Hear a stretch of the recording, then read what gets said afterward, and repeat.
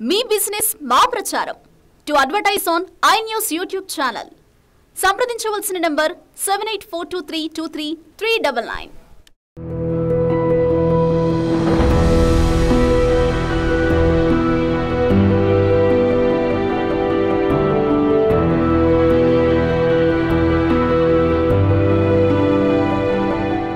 Welcome back.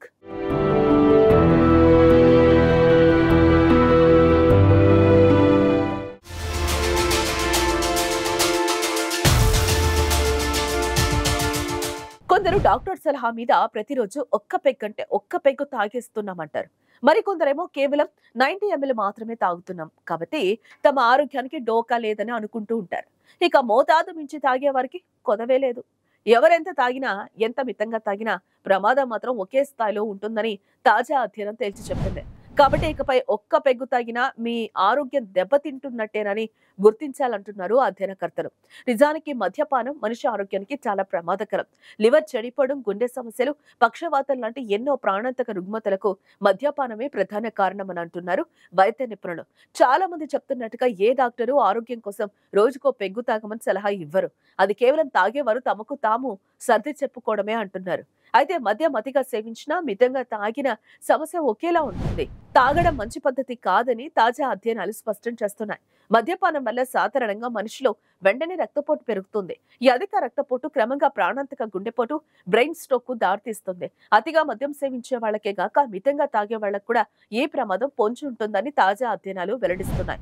రోజుకొక్క peg మాత్రమే మద్యం తీసుకునే వాళ్ళు అధిక రక్తపోటు బారిన పడుతున్నారని పరిశోధకులు చెప్తున్నారు.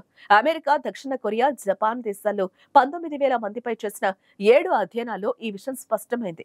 ఆల్కహాల్ తీసుకునే వారిలో రక్తపోటును ఎలా ప్రభావితం చేస్తుందో తెలిపేందుకు రోజుకు సగటున 12 గ్రాముల ఆల్కహాల్ ఇచ్చి పరీక్షించారు.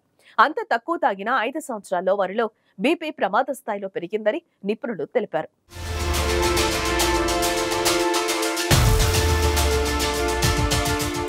జపాన్, దక్షిణ కొరియా దేశాల్లో 1997 నుంచి 2021 మధ్య నిర్వహించిన 7 అధ్యయనాల డేటాను శాస్త్రవేత్తలు విశ్లేషించారు. 20 నుండి 70 సంవత్సరాల వయసు గల 19,000 మందిపై పరీక్షలు జరిపారు. వారి అభిప్రాయాలను తెలుసుకున్నారు. వీరిలో మామూలు మద్యపానం, అతిగా మద్యపానం చేసేవారున్నారు. 5 సంవత్సరాల వ్యవధిలోనే హృదయ సంబంధ వ్యాధులు, మధుమేహం సోకినట్లు గుర్తించారు. దీన్ని బట్టి మితంగా తాగితే ఆరోగ్యానికి ఇబ్బంది ఉండదనే ప్రచారంలో నిజం లేదని గుర్తించడం జరిగింది. అసలు మద్యం అలవాటే లేని వాళ్లతో పోల్చితే మితంగా మద్యం తాగే వారిలో ప్రత్యేకంగా కలిగే ఆరోగ్య ప్రయోజనాలు కనిపించలేదని వారు చెప్తున్నారు. అయితే అతిగా మద్యం సేవించే వారితో పోల్చితే మితంగా మద్యం సేవించే వారిలో రక్తపోటు పెరుగుదల కనిపించింది. రోజుకొక్క పెగ్గు మద్యం తాగినా ఒంట్లో అది పెరిగిపోయి ఆరోగ్యానికి హాని చేస్తుందని తేలింది. ఒకప్పుడు మద్యం తాగడమే అతిపెద్ద తప్పు. కానీ ఇప్పుడు మద్యపానం ఓ ఫ్యాషన్ గా మారిపోయింది. కాలంతో పాటు సమాజంలో అలవాట్లు మారిపోతున్నాయి. అయితే మద్యపానంతో తలెత్తే అనర్థాలు మాత్రం ఎప్పుడు ఒక్కలాగే ఉంటున్నాయి. మద్యం హాని చేస్తుందని, ఆరోగ్యాన్ని కబళిస్తుందని తెలిసినా చాలా మంది మత్తుకు దాసోహం అవుతున్నారు. చిన్న వయసులోనే చాలా మందికి మద్యపానం అలవాటుగా మారుతోంది. వేడుకలు, పార్టీల్లో సరదాగా మొదలై ఆపై అదో సామాజిక మర్యాదగా మారిపోతోంది. చివరికి అదొక వ్యసనంగా మారిపోతోంది. మద్యం గుండెకు మేలు చేస్తుందని, వారికి 1-2 సార్లు మితంగా పుచ్చుకోవడం మంచిదని చెప్తున్నదంతా అబద్ధమని తేలింది. గుండెకు మేలు చేస్తుందో లేదో కానీ మద్యం ఎంత తక్కువ పరిమాణంలో తీసుకున్నా సరే అది కాలేయానికి, క్లోమ గ్రంథికి, మెదడుకు హానికరంగా మారుతుందనేది తేలింది.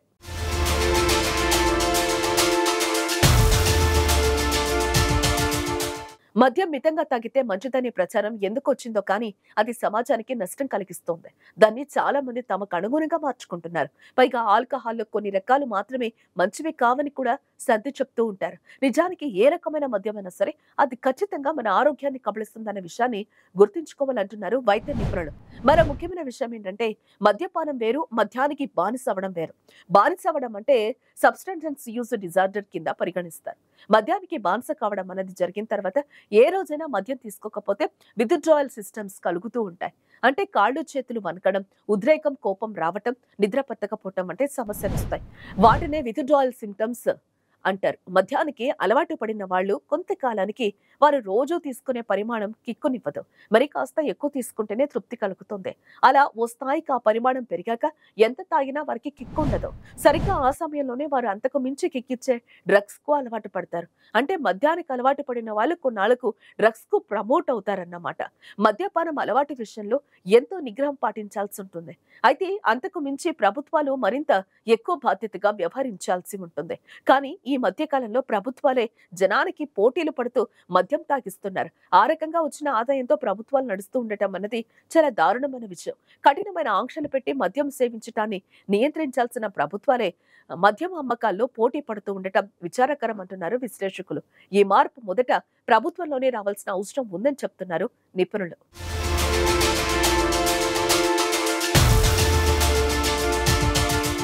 మందుబాబులను మత్తులో పడేసి వారి జేబుల్లోంచి దోపిడీ చేసి పబ్బం గడుపుకునే విధానాలను కట్టడి చేయాలని ప్రజలు కోరుతున్నారు. మద్యం సేవించడానికి జనం పెద్దగా కారణాలు వెతుక్కోవడం లేదు.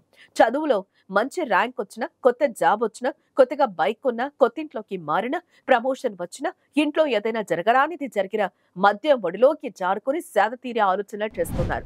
ప్రతి చిన్న సందర్భానికి పార్టీ చేసుకోవడం అన్నది ఇటీవలి కాలంలో యువతకు పరిపాటిగా మారిపోయింది. సంతోషంలోనే కాదు, బాధను కూడా దీంతోనే వచ్చిపోగలమని వారు భావిస్తున్నారు.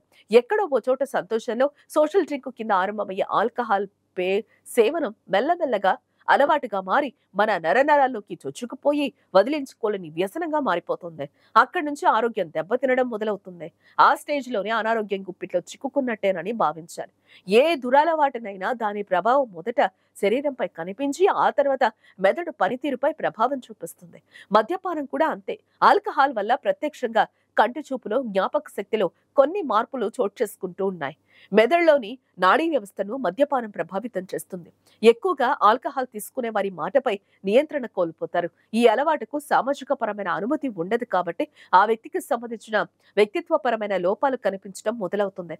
ఇవన్నీ కలిసి ఆ వ్యక్తి వ్యక్తిత్వాన్ని దెబ్బతీస్తాయి. అంతిమంగా వారి మానసిక కుంగుబాటుకు గురవుతారు. తద్వారా కోపం, ఉన్మాదం ఛాయలు బయటకొస్తాయి. చిన్న చిన్న సమస్యలకే భయపడతారు. ఒంటరితనాన్ని కోరుకుంటారు. సామాజిక బంధాల్ని, కుటుంబ బాధ్యతలను మర్చిపోతారు. నేర ప్రవృత్తి పెరుగుతూ ఉంటుంది.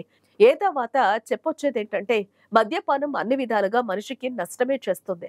అది అతిగా తాగినా, మితంగా తాగినా, కాస్త ఆలస్యంగానైనా మనిషిలోని లొంగ తీసుకొని పతనావస్థకు చేరుస్తుంది.